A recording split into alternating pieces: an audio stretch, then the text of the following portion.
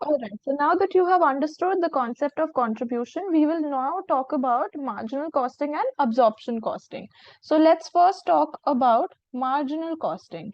So as the name is suggesting, it's only going to take the marginal costs into consideration. So always remember that it's a method which is useful for short-term decision making, because in the short run, only the variable costs matter for a business, because if you see, the fixed costs are going to be incurred any which ways. So if they want to take a decision for the shorter period of time, then marginal costing is the best decision making tool for them.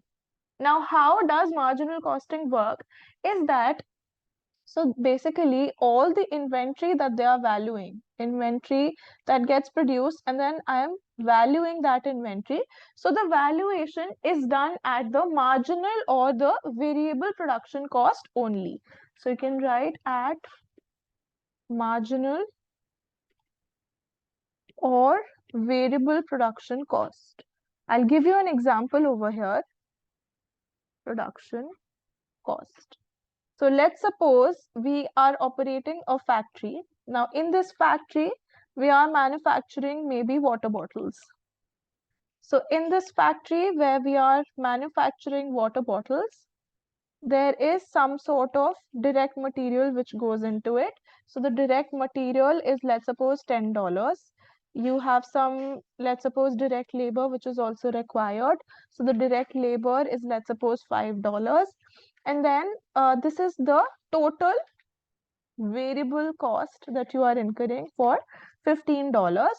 Let's suppose the fixed cost proportion that we incur to each product is $2. So in total, the absolute total cost of the business to produce one water bottle is $17. So if at the year end I have in my inventory 100 water bottles, then my inventory valuation is only going to be on the basis of the variable cost. So I will say that $15 is the price per bottle. I have 100 bottles with me in stock. So my closing inventory is worth $1,500. So this is how marginal costing is valuing inventory.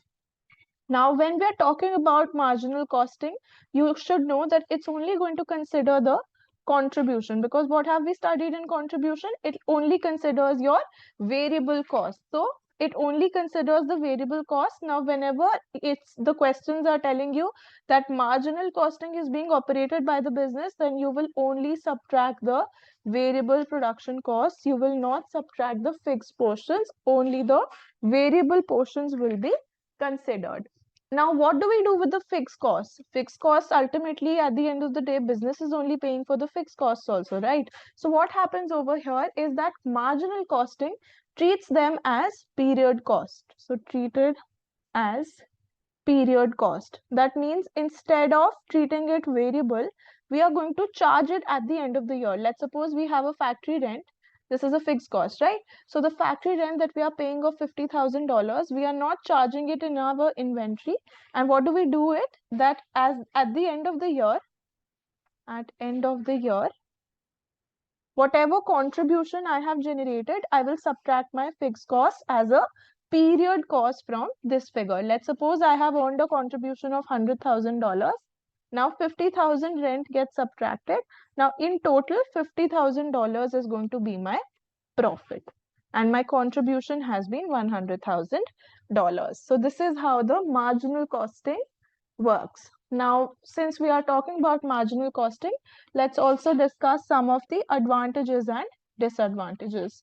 So when you talk about the advantages of marginal costing, the number one advantage that you will see is that it is very easy to use. You guys are also being able to carry out these calculations, so it's very simple to use. Secondly, I told you in the very beginning, the first point, that it is useful in short-term decision making. So this also goes as one of the advantages, that it is useful for short-term decision making. Third point that we talk about is that there is nothing with respect to over absorption or under absorption. We have already studied how with the fixed overheads. Let's suppose we are incurring fixed overheads of $50,000. According to the plans, we have thought that we will produce 10,000 units. So per unit, your overhead absorption rate will be 50,000 divided by 10,000, which will give you $5 per unit as the absorption rate. But let's suppose there were some changes in the production. We were only able to produce 5,000 units. Now this 50,000 will be divided among 5,000. So if you have only absorbed $5 per unit over 5,000 units, that means 5 multiplied by 5,000, only 25,000 overheads have been absorbed. Remaining 25,000 you've made a loss. But this is not happening over here. So this is an advantage that it does not involve does not involve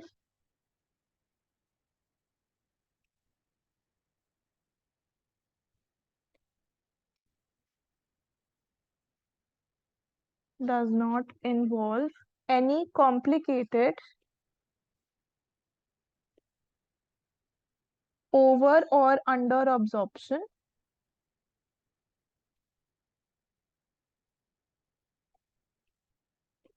of overheads. Another advantage that you find is that the contribution per unit is constant and makes calculations easy. Is constant and makes calculation easy. Your selling price is remaining the same. The direct labor, direct material, all of the direct variable production costs are also remaining the same. So that means the contribution per unit is constant and it makes calculations easy. Then fifth advantage that you see is that your fixed overheads are treated as period costs. That means there is no interference of the fixed costs in calculating how much your contribution is. So this is one more advantage of this method of marginal costing. Now, since we have discussed about the advantages, let's also discuss the disadvantages which are associated with marginal costing. So if we speak about the disadvantages, the number one point is that you have to reconcile profits. Profits have to be reconciled with absorption costing profits, because ultimately both the methods should give you the same result. Hence there arises a need to reconcile the profits using both the methods. Second disadvantage that you see is that for this, you will need a little bit of IAS 2 knowledge. IAS 2 is an international accounting standard. It governs how inventories are valued. So it's known as IAS 2 inventories. This standard tells you how a business should be valuing their inventory. So according to this standard, the rule or the principle is that inventory should be valued at lower of cost and net realizable value. Inventory should be valued at lower of cost and net realizable value. So over here, because you're only considering the variable cost and not the full cost, so you're not considering the whole cost of it. That's why it does not, help you to comply with IAS 2. So a second disadvantage over here is that inventory at end of accounting period